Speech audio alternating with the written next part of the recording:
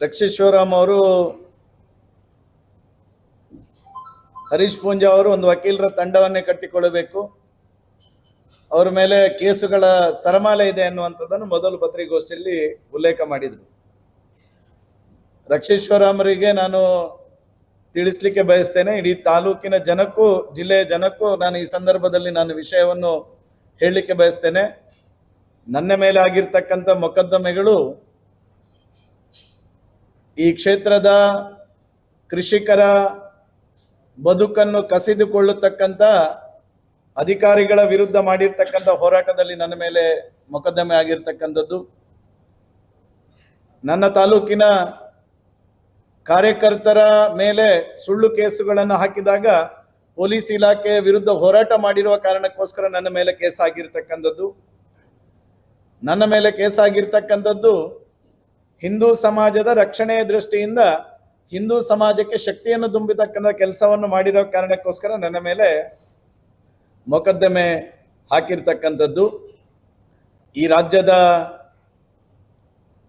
ಸರ್ಕಾರ ನನ್ನಂತಹ ಜನಪರವಾಗಿರ್ತಕ್ಕಂತಹ ಹಿಂದೂ ಪರವಾಗಿರ್ತಕ್ಕಂಥ ಕಾರ್ಯಕರ್ತರನ್ನು ಜನಪ್ರತಿನಿಧಿಗಳನ್ನು ದಮನಿಸ್ತಕ್ಕಂಥ ಕಾರ್ಯವನ್ನು ಏನು ರಾಜ್ಯ ಸರ್ಕಾರ ಮಾಡ್ತಾ ಇದೆ, ಅವರ ಈ ರೀತಿ ದಮನಿಸ್ತಕ್ಕಂತಹ ಕಾರ್ಯದ ಒಬ್ಬ ಫಲಾನುಭವಿ ನಾನು. ಆ ಕಾರಣಕ್ಕೋಸ್ಕರ ನನ್ನ ಮೇಲೆ ಮೊಕದ್ದಮೆಗಳನ್ನು ಕಾಂಗ್ರೆಸ್ ಸರ್ಕಾರ ಹಾಕಿರುವುದು ಎನ್ನುವಂಥದ್ದನ್ನು ಈ ಸಂದರ್ಭದಲ್ಲಿ ನಾನು ಉಲ್ಲೇಖ ಮಾಡ್ತೇನೆ. ನಾನು ಕಾನೂನಿಗೆ ತಲೆಬಾಗಿ ಕಾರ್ಯವನ್ನು ಮಾಡುವವ, ಆದರೆ ಈ ತಾಲೂಕಿನ ರೈತರ ಹಿತದೃಷ್ಟಿಯಿಂದ, ನನ್ನ ಕಾರ್ಯಕರ್ತರ ಹಿತರಕ್ಷಣೆಯ ದೃಷ್ಟಿಯಿಂದ, ಹಿಂದುತ್ವದ ರಕ್ಷಣೆಯ ದೃಷ್ಟಿಯಿಂದ ನಾನು ಯಾವುದೇ ಸಂದರ್ಭದಲ್ಲೂ ಈ ಎಲ್ಲ ವಿಷಯಗಳಿಗೂ ಮುಂದೆ ನಿಂತು ಹೋರಾಟ ಮಾಡತಕ್ಕಂಥ ಕೆಲಸವನ್ನು ಇನ್ನು ಮುಂದೆಯೂ ಕಾನೂನಿನ ಚೌಕಟ್ಟಿನ ಅಡಿಯಲ್ಲಿ ನಾನು ಮಾಡುವವನಿದ್ದೇನೆ ಎನ್ನುವಂಥದ್ದನ್ನು ಸಹ ನಾನು ಈ ಸಂದರ್ಭದಲ್ಲಿ ಹೇಳಲಿಕ್ಕೆ ನಾನು ಇಷ್ಟಪಡ್ತೇನೆ. ಅದರ ಜೊತೆಗೆ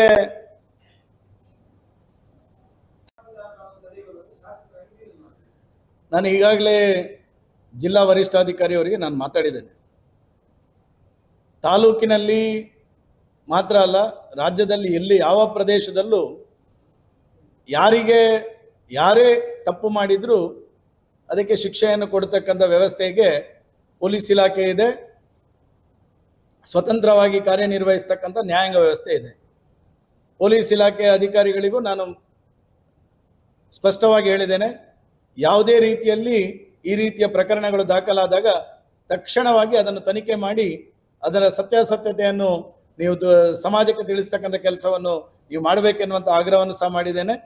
ನ್ಯಾಯಾಲಯ ಅದಕ್ಕೆ ಪೂರಕವಾಗಿ ಅದಕ್ಕೆ ನಾವೇನು ನಿರ್ದೇಶನ ಕೊಡುವಾಗಿಲ್ಲ, ನ್ಯಾಯಾಲಯಕ್ಕೆ ವಿವೇಚನೆಯ ಮೇಲೆಗೆ ಯಾರು ಸತ್ಯ ಯಾವುದು ಸುಳ್ಳು ಯಾವುದು ಎನ್ನುವಂಥದ್ದನ್ನು ನ್ಯಾಯಾಲಯ ಅರ್ಥ ಮಾಡಿಕೊಂಡು ನ್ಯಾಯ ತೀರ್ಮಾನವನ್ನು ನ್ಯಾಯಾಲಯಗಳು ಮಾಡ್ತದೆ.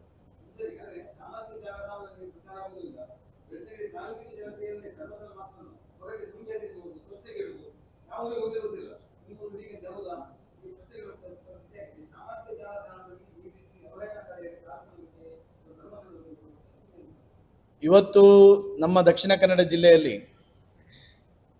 ಒಬ್ಬರು ಎಫೆಕ್ಟಿವ್ SP ಅವರು ಬಂದಿದ್ದಾರೆ. ಅವರು ಬಂದ ನಂತರ ನಿಮಗೆ ಗೊತ್ತಿದೆ, ತುಂಬ ಈ ರೀತಿಯ ಅವಹೇಳನಕಾರಿಯಾಗಿರ್ತಕ್ಕಂಥ ಮತ್ತು ಸಾಮಾಜಿಕ ಸ್ವಾಸ್ಥ್ಯವನ್ನು ಕದಡ್ತಕ್ಕಂಥ ಫೇಸ್ಬುಕ್ ಪೋಸ್ಟ್ಗಳಿರ್ಬೋದು, ವಾಟ್ಸಪ್ ಪೋಸ್ಟ್ಗಳು ಬಂದಾಗ ಸ್ವಪ್ರೇರಣೆಯಿಂದ ಸ್ಟೇಷನ್ಗಳಲ್ಲಿ ದೂರನ್ನು ದಾಖಲಿಸಿಕೊಂಡು ವಿಚಾರಣೆ ಮಾಡ್ತಕ್ಕಂಥ ಪ್ರಕ್ರಿಯೆಯನ್ನು ಜಿಲ್ಲೆಯ SP ಅವರು ಮಾಡ್ತಾ ಇದ್ದಾರೆ. ಖಂಡಿತ ಈ ರೀತಿ ಯಾವುದೇ ರೀತಿಯಾಗಿರ್ತಕ್ಕಂಥ ಸಾಮಾಜಿಕ ಸ್ವಾಸ್ಥ್ಯವನ್ನು ಕದಡ್ತಕ್ಕಂಥ ಫೇಸ್ಬುಕ್ ಪೋಸ್ಟ್ಗಳಿರ್ಬೋದು, ವಾಟ್ಸಪ್ಗಳಿದ್ದು ಅದನ್ನು ನಿಯಂತ್ರಣ ಮಾಡಲಿಕ್ಕೆ ಪೊಲೀಸ್ ಇಲಾಖೆ ಖಂಡಿತವಾಗಿ ಅದನ್ನು ಮಾಡ್ತದೆ ಅನ್ನುವಂಥ ವಿಶ್ವಾಸ ಇದೆ.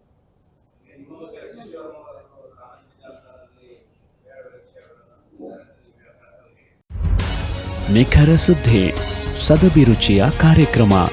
ನೀವು ನೋಡ್ತಾ ಇದ್ದೀರಾ ಕಹಳೆ ನ್ಯೂಸ್, ಸಮಾಜದ ಜಾಗೃತಿಗಾಗಿ ವಸ್ತುನಿಷ್ಠ ವರದಿ.